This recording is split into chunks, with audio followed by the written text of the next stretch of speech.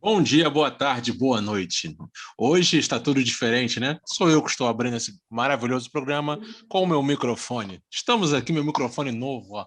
Graças a você que deu o like, você que se inscreveu. Essa é a nossa primeira aquisição. Então continue, que a gente precisa crescer esse programa.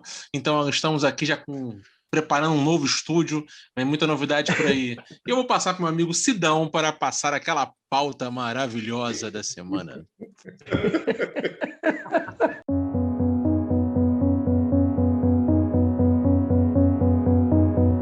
Fala, pessoal, como é que vocês estão?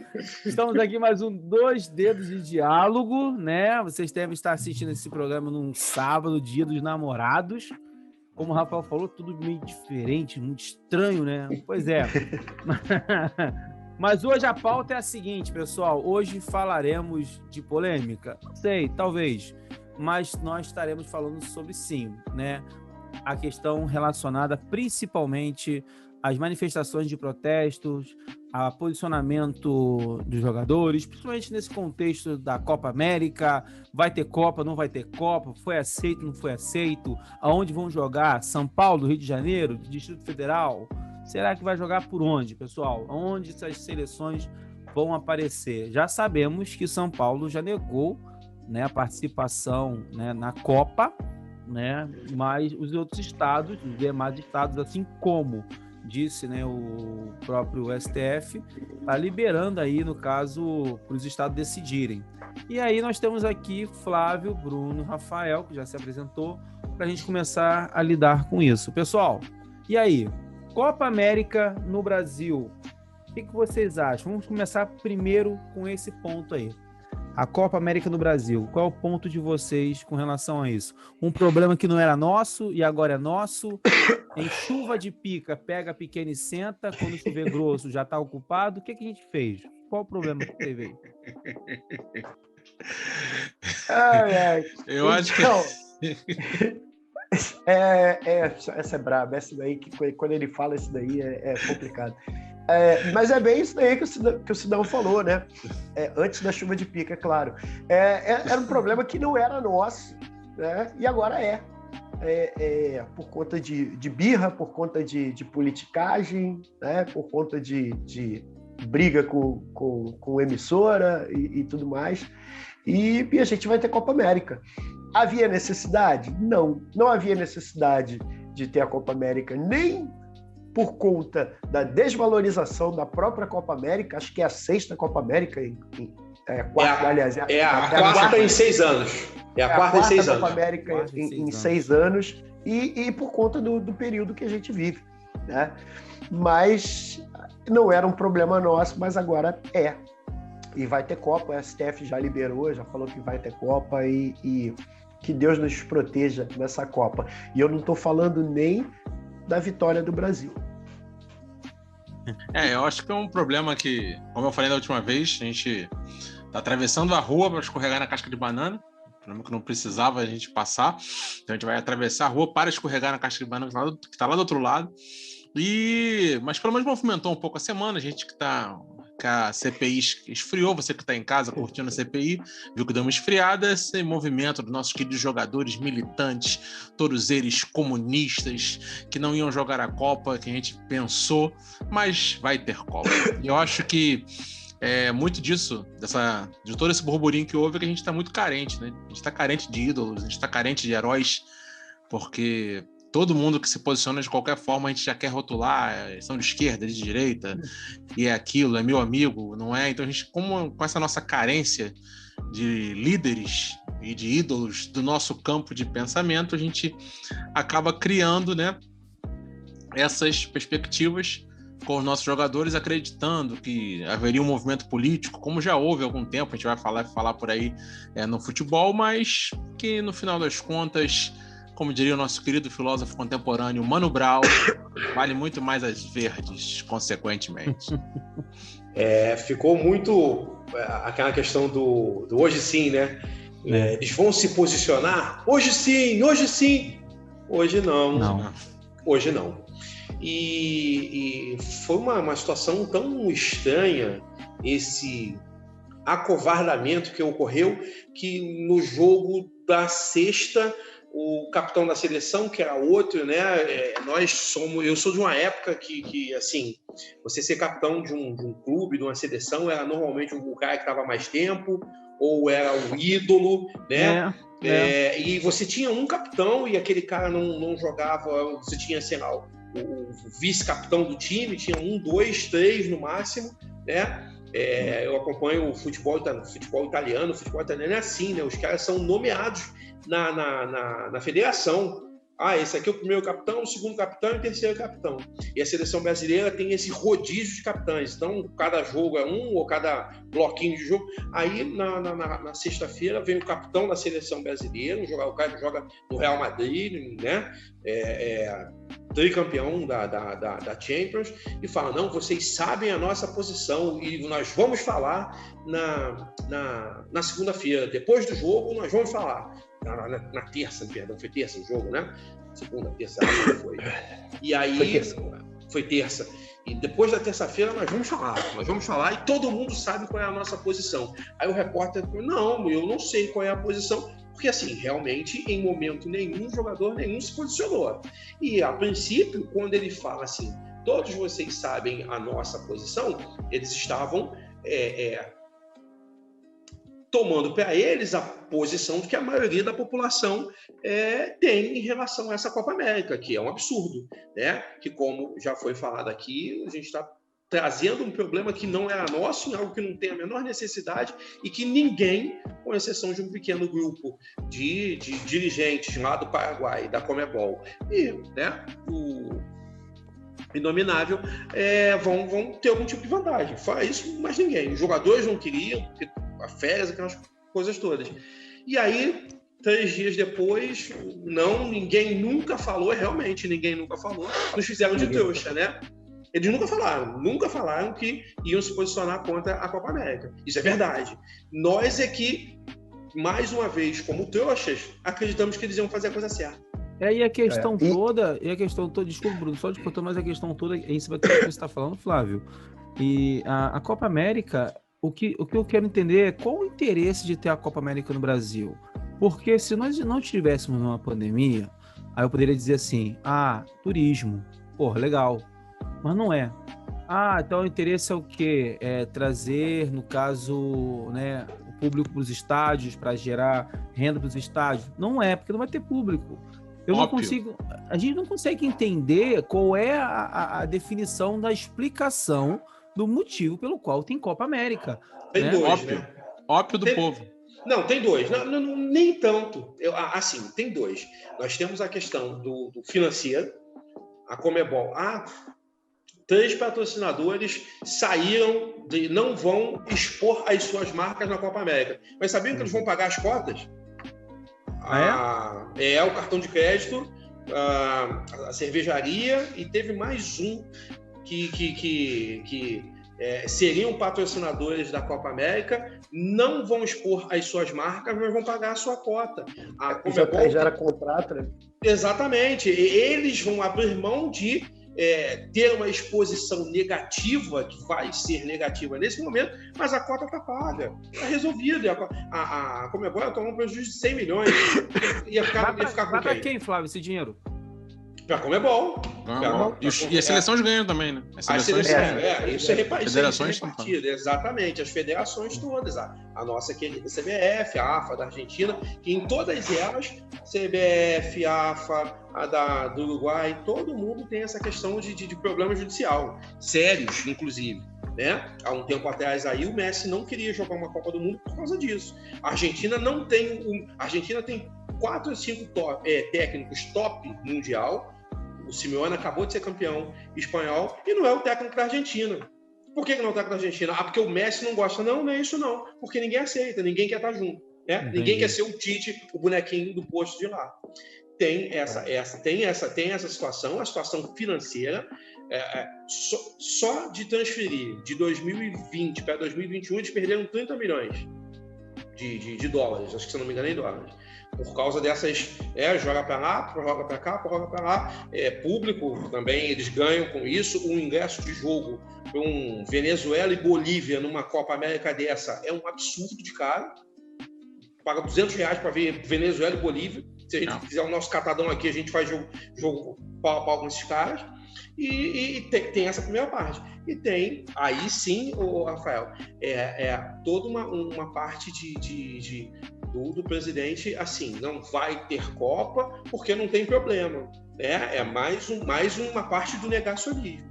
E aí eu óbvio para os 25% deles. 25% deles estão falando o tempo inteiro. Não, mas tem brasileiro, tem Libertadores, por que não pode ter a Copa América? Porque a função é muito clara, né? Ele precisa manter a base ativa. Então, assim, ele tem que ser coerente. É necessidade. Exatamente. O que a gente conversou semana passada, ele foi coerente com tudo isso que ele está fazendo. Só a respeito assim, dos jogadores, só para a gente já pular para o próximo aí, acho que sim. A gente criou uma expectativa muito grande mesmo. Quando a gente teve lá o Casemiro que se posicionou, a gente estava cogitando até o Neymar falar, né? O Neymar que é um cara que pouco fala, pouco se posiciona. A gente ficou até espantado quando ele sofreu lá por um ato racista, ele passou a se posicionar mais e a gente acreditou que ele teria deixado de ser o menino Ney e passado a ser o adulto Ney.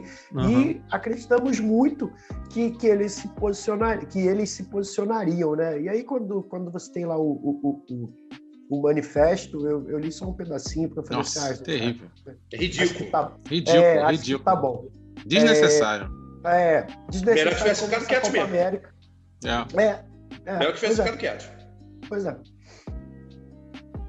Você está falando sobre essa questão do posicionamento do Casemiro. Só para lembrar, gente, o pronunciamento do Casemiro como capitão ali foi antes da demissão do presidente da CBF ou foi? Foi antes. O jogo foi na sexta e ele foi retirado no domingo. Isso. Aí a gente sabe que rolou toda uma especulação aí de teorias, quase de conspiração, né, dizendo que poderia estar tendo um boicote interno da CBF, até houve a ameaça do Tite ser retirado, cogitaram até o nome do Renato Gaúcho, né, assumir a seleção brasileira. Que recebeu a ligação, tá? Assim, isso é informação que a gente vê nesses canais aí, né, vou fazer propaganda para ninguém, mas a gente vê esses canais em primeira mão, no Dois Dedos. A informação era oficial, era quente, de que o Renato Gaúcho já tinha sido contratado. O Renato Gaúcho já tinha feito, inclusive, a lista de convocação que ia ter que ser feita durante a semana, eram 8 jogadores, se eu não me engano, que não queriam participar, e aí não se sabe exatamente quais seriam a questão dos motivos, né? O cara caiu, aí ficaram mais confortáveis. O Tite ganhou poder, né? Voltou. Futebolisticamente, o cara jogou 6 jogos e ganhou os 6, não tem o que falar, né? Não tem o que falar. Você pode a estatística dele toda é muito boa. Ele tem 92%. Ele tem 3 derrotas ou 2, não sei. Quantas derrotas ele tem no total? 4 derrotas? Começar um processo novo. O Renato Gaúcho, né, que teve ali, ele é vitorioso no Grêmio e tudo mais, mas a gente sabe que o Renato Gaúcho, ele gosta mesmo da galera dele, ele gosta de ter o grupo na mão. Aí, daqui a pouco a gente estava vendo aí Cortez, Diego Souza, na seleção brasileira. Com certeza. Era muita mudança, né? Ainda bem que o cara caiu, né? O Caboclo caiu e o Tite e a gente vai ver aqui que o Tite que teremos para os próximos capítulos. Agora vem aí a Copa América aí no SBT, né? Fazendo aqui, fiz até propaganda aqui, né? Até isso. Você é um cara muito bom.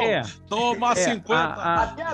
Até a briga em relação às emissoras, né? Porque exatamente, né? Isso também gerou uma situação. Exatamente. A Globo perdeu a posição. As reações foram descabidas, né? As reações foram exageradas demais. Exageradas. Né? Sim. E assim, a gente assiste aos jogos porque a gente gosta de futebol, né? Mas a gente sabe que existe uma diferença muito grande entre as emissoras. A gente não assiste... A gente teve o Campeonato Carioca agora na Record, que ninguém nem sabia. A gente nem sabia que tinha jogo. A gente nem... tá tendo jogo. O jogo era sábado, 9 horas da noite. Então, assim... com o Ricardo Rocha, né? Jesus! Nossa.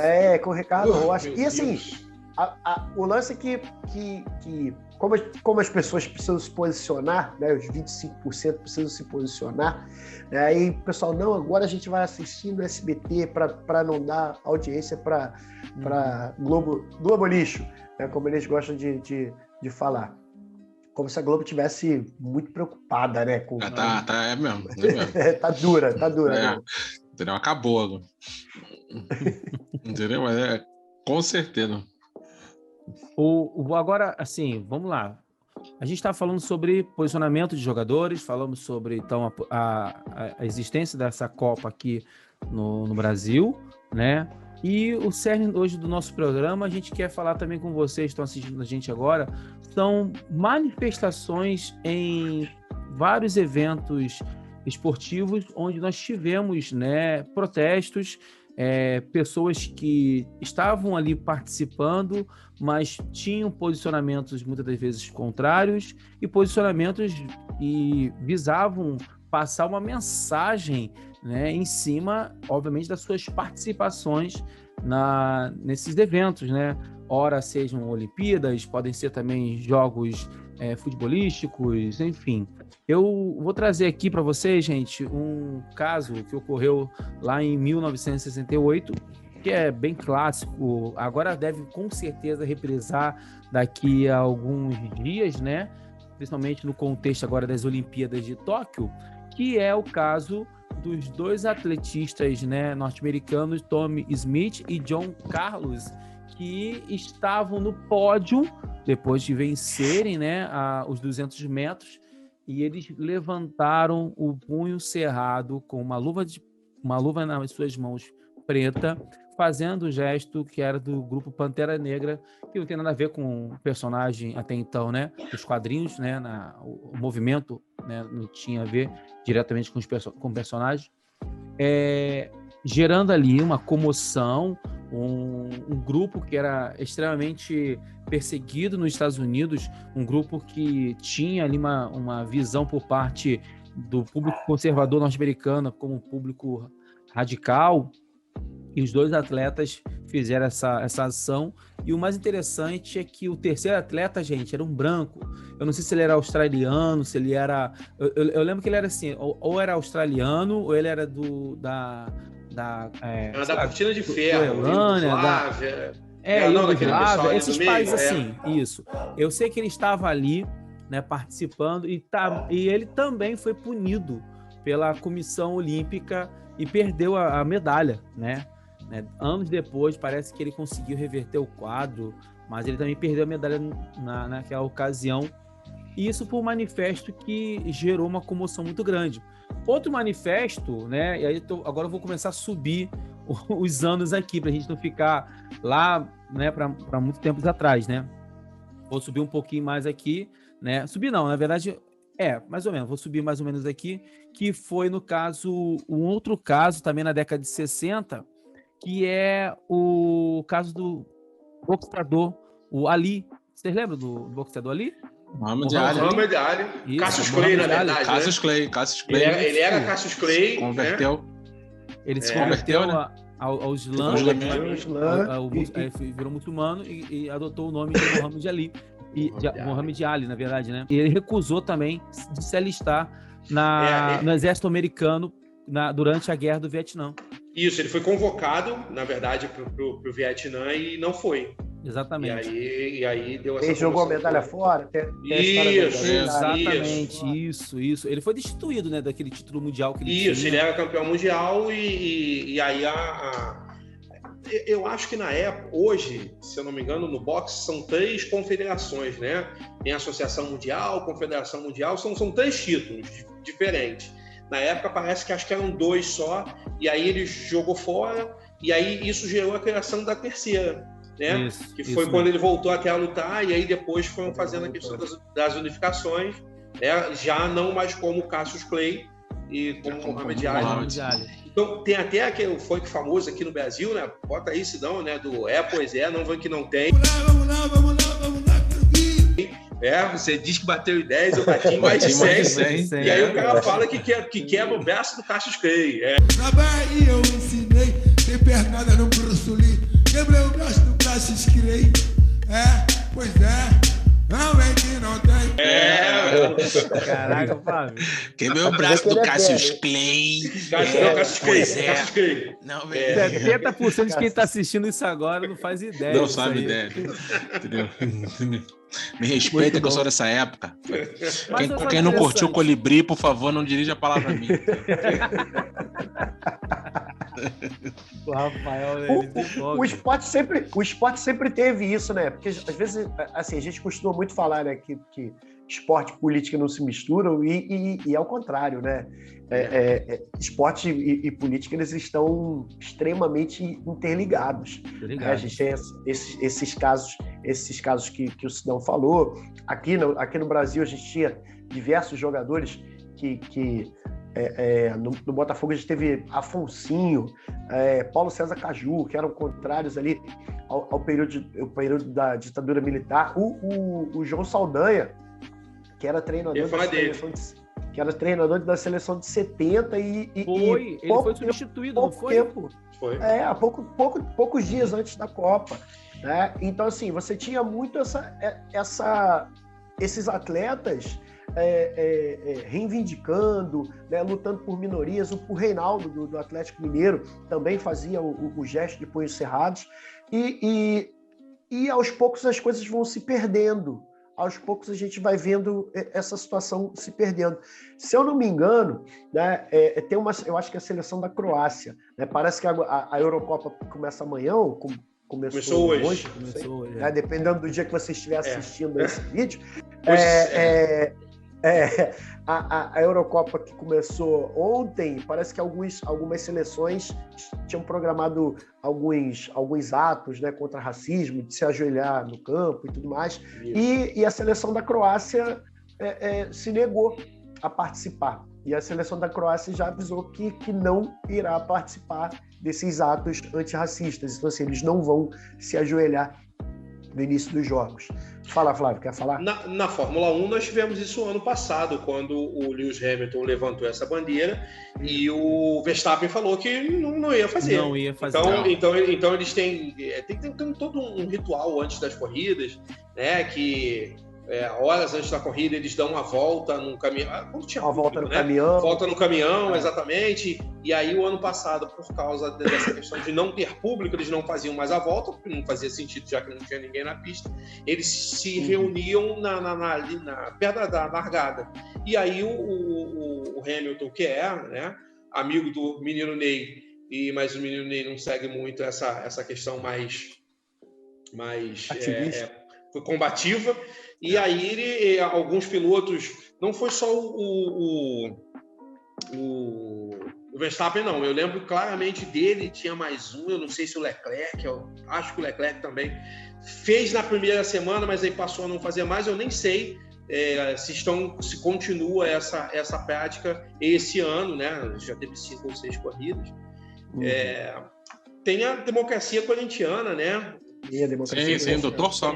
Começo dos anos 80, em que você tinha a primeira democracia no próprio clube, para que as votações do clube fossem mais abertas, não fosse aquela questão só de conselheiros, e Sócrates, o Casagrande, o Vladimir, que acho que é o jogador que tem mais jogos na história do Corinthians, alguma coisa dessa natureza, todos eles nos palanques em São Paulo, principalmente, né, na Praça da Sé, me parece que era a aglomeração, quando a gente podia fazer aglomeração em questão das diretas, e eles vêm participando bastante. O Sidão acho que vai puxar alguma coisa de Sócrates daqui a pouco.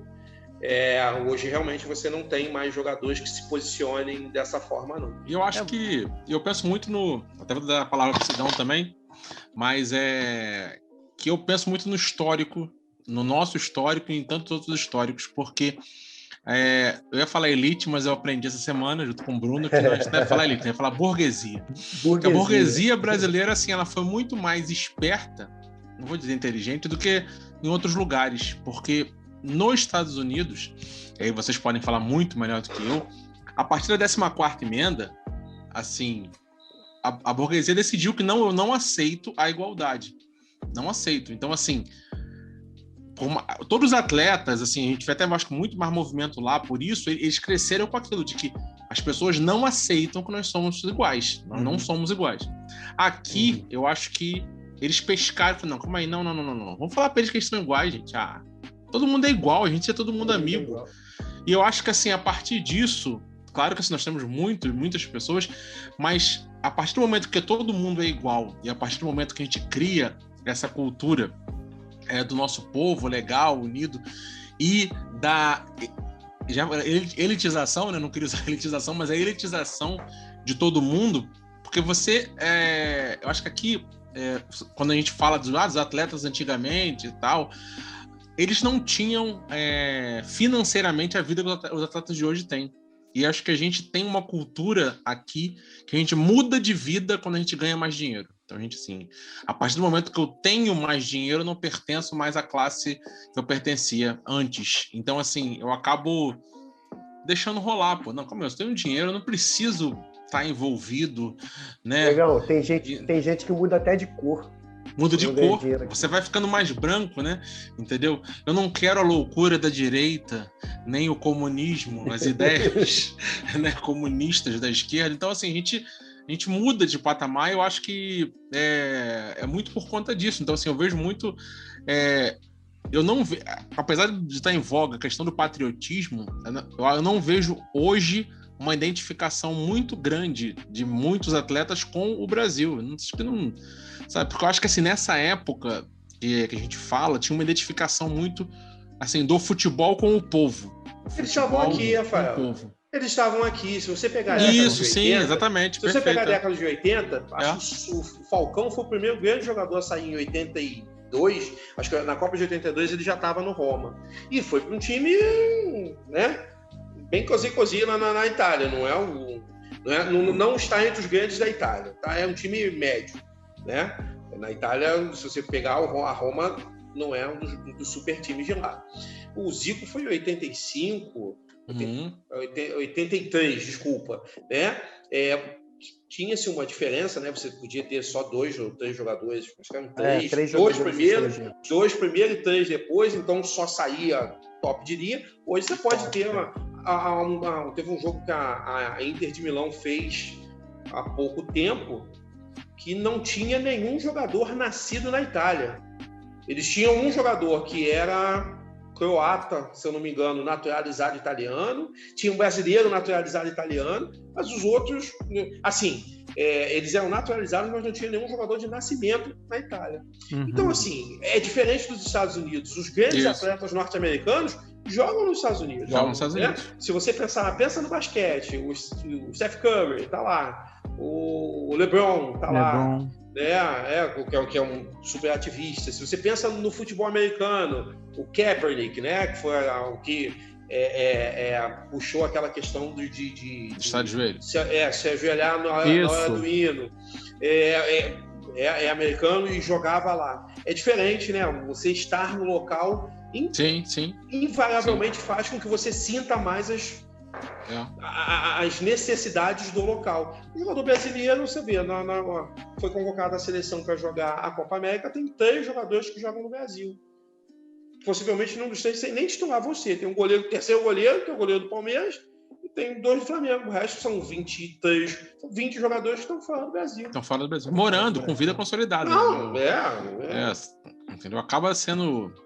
E aí, assim, aí você vê muito isso na questão do Messi, né? O Messi, acho que ele é o maior representante disso que a gente tem, que ele é espanhol. Né? Ele é espanhol. Para a Argentina também ele é espanhol.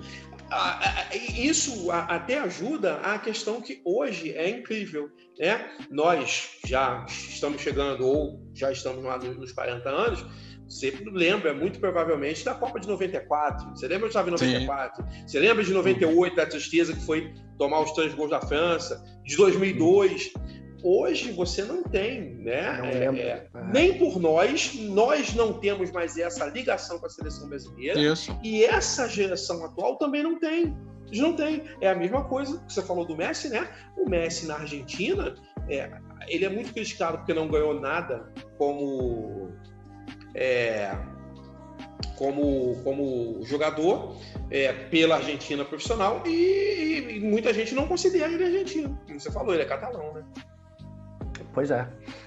Então, assim, a gente fica nessa situação. Você tem o Messi, hoje você tem o Neymar, que saiu daqui muito novo, perde totalmente essa identidade, né, com o Brasil, né? E a gente vai voltar até naquilo que a gente falou no início, a nossa carência de ídolos, carência de líderes, né? E a gente acabou acreditando aí que ia acontecer essa situação aí e acabou não acontecendo. A gente imaginou um posicionamento por parte da seleção que a gente lembrou lá de trás. A gente, será que vai acontecer? Será que esses caras vão se rebelar? Será que esses caras vão falar? Assim, eu acredito que eles jogariam, mas sob forma de protesto, de alguma forma. Não com essa pataquada que eles fizeram aí. Eu não esperava muita coisa, porque assim, me pareceu muito uma defesa do status quo da seleção. O Tite estava ameaçado, como o Tite estava ameaçado, os jogadores, né? Você vê nos programas, o pastor estava ameaçado, as ovelhas iam cercar ele ali. Me pareceu muito isso. Que o cara queria tirar o Tite e aí a galerinha ia fechar com ele. Tirou o bode da sala? Isso. Quando no domingo caiu o presidente, eu comentei que arrefeceu tudo. Tirou o bode da sala. Já era, certeza. Porque assim, o cara ia bater de frente, mas ele tinha os motivos dele para bater de frente e ia bater de frente com o Tite, porque o Tite tem um posicionamento político que é oposto ao do presidente da República, tem isso também, né? Todo mundo sabe. Não seria uma retirada pura e simplesmente por causa disso. E aí, quando o Tite não saiu, os jogadores aproveitaram desse momento, porque foram covardes em não tinha problema nenhum eles terem falado na sexta-feira. Não ia mudar absolutamente nada. Não, nosso posicionamento é esse aqui. Nós não vamos jogar a Copa América, ou nós não queremos jogar a Copa América, por isso. Mas eles não vão assumir essa bronca, né? Eles não vão assumir essa bronca. E eu acho que essa carta, meu pai falava muito quando a gente... todo mundo aqui, você que é jovem, você que insiste naquela gatinha, quando você chega na morena, que ela já falou não basta ouvir o não, você precisa da humilhação. Você tem que ir lá e ser humilhado pela morena. Então essa carta foi exatamente isso, porque eu vou te falar um negócio, velho. Eu não precisava falar nada. Eu vou jogar bola, acabou, tô feliz e ponto. Mas a gente precisa, né, correr atrás da humilhação. E aí botaram um capitão bem mequetrefe no jogo, né? O cara, e aí tem a ver muito com a questão intelectual também. A gente falou sobre os esportes americanos, né? Bem ou mal, é difícil você ter um cara que vai direto do segundo grau, né, do high school, para ser profissional em qualquer uma das ligas. Normalmente ele passa lá 2, 3 anos, se forma, alguns deles, a grande maioria, e bem ou mal, cara, ele tem que ter notas mínimas lá para fazer parte dos programas do esporte. O cara treina, o cara estuda um pouquinho que seja, né? E aí a gente tem que puxar a brasa para nossa sardinha. Tem que estudar, rapaziada. A verdade é essa. Tem que estudar. E aí o que acontece? O jogador brasileiro não, né? Aí você vê o cara falando assim, sabe? O cara... Nem para conseguir explicar... Porque se você é um cara bom de oratória, você sai desse vexame. Ele conseguiria sair desse vexame, né? Se você pega alguns jogadores antigos aí, você pega o Renato Gaúcho como jogador, ele saía do vexame. Do boleirão, não sei o quê. Nem isso eles conseguiram fazer, né? Aí ficou difícil. É verdade. Pois é. Então, vamos seguir aqui. Sidão teve um probleminha aqui. Ele precisou sair e deixou aqui. Daqui a pouco ele tá voltando aí. Daqui a pouco ele volta aqui pra gente aqui. Vamos seguir. Vamos falar de quê? CPI? CPI deu uma esfriada essa semana. Deu uma esfriada essa semana. Deu uma esfriada essa semana. A gente achou que o bicho ia pegar, né? O governador do estado do Amazonas foi chamado e o STF liberou e ele não foi. Não foi e pronto, e acabou. E aí, Rafael, como é que você viu essa semana da CPI? Então, eu estava um pouco muito animado. Ontem, né? Essa semana teve a Natália Pasternak. E aí, assim, a CPI continua naquele lindo processo de pregar para convertido, né? A gente costuma cloroquina para lá e cloroquina para cá. Tem alguns senadores da base governista que eu já sei a pergunta deles, porque é a mesma pergunta. Eu acho que o Carluxo, ele não atualiza os caras. Aí vem aquela sapatada do pessoal de ciência. Mas você da CPI, por favor, meu amigo Renan Calheiros, precisamos de documento, cara, entendeu? Essa galerinha vai tomar cloroquina, fica tranquilo, eu não vou. Mas a gente precisa de documento. Você viu o absurdo que essas coisas estão gerando na gente? Repete a frase. Meu amigo Renan Calheiros. Depois dessa eu também vou embora. Eu vou falar que assim, essa semana eu não acompanhei, né? Semana passada eu já tinha falado que já estava dando uma acompanhada em menor volúpia, menor vontade, porque ficou aquele mais do mesmo, né? Vai um cara lá, aí fala para convertido, as mesmas perguntas, continua. As mesmas respostas. Mas é o Big Brother, né? O Big Brother, como a gente fez uma relação, você tem as primeiras 3 semanas que você conhece todo mundo, formam-se os grupos, aí ficam lá 2 meses sem absolutamente nada, aí quando faltam 4, 5 semanas, que você só tem 4 ou 5 na casa, aí todo mundo volta a ver, porque eles querem ver o encerramento. É o que vai acontecer. Eu tava acompanhando, assim, parece muito novela, né? A novela que ela é assim, os ciclos vão se repetindo, né? Eu tava vendo outro dia o Gregório do Vivier falando sobre isso. É que na novela, a menina que bate na avó, ela vai bater mais de uma vez, né? Porque ela tem que ser marcada como aquela menina que bate na avó. E essa CPI tem isso, né? Os ciclos vão se repetindo. Né? O cara que fala sempre as mesmas perguntas, o cara que vai lá para tumultuar. Então, assim, tá tudo muito chato. A gente acaba ficando até sem assunto, né? Porque é sempre a mesma coisa, a coisa vai se repetindo.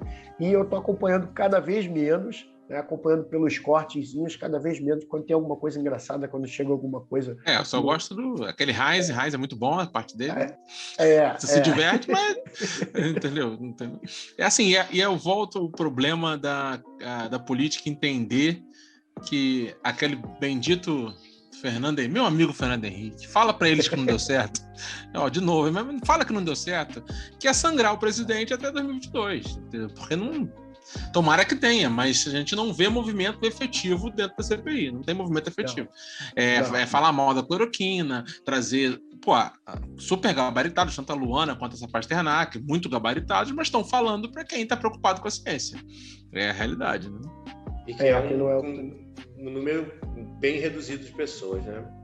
Sim, não tem sequência, aí você fica preso ali naquelas perguntas, naquelas respostas, e a gente já sabe que a galera que está preocupada em defender o presidente, né, a galera está defendendo mais do que mais do que os próprios ministros que estão ali defendendo o presidente, então não tem jeito. A gente vai ficar nessa daí até acabar essa CPI. E nada vai ser resolvido. Então é isso aí, voltou Sidão, deu um susto na gente aí, precisou sair correndo aí, mas voltou, tá tudo bem. Telzinho tá lá atrás, lá, com os brinquedos do Sidão. A gente voltou para encerrar mais essa participação nossa aqui. Semana que vem a gente volta, ou não. Né? Tem coisa boa aí, a gente vai falar de 2 dedos de bola, que tá voltando 2 dedos de bola. Vem aí a Liga 2 dedos de bola do